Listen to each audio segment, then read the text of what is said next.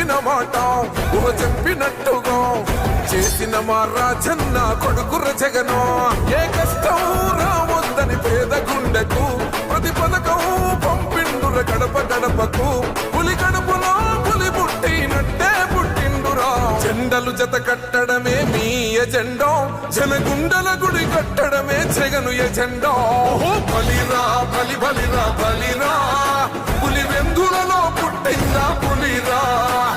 కుర్చీల కూర్చోవడమే మీ ఎజెండా, కుర్చీ జనమే ఇవ్వాలన్నది జగను ఎజెండా. బలిరా బలి బలిరా బలిరా, పేద బతుకుల మార్చినది ఆ పులిరా.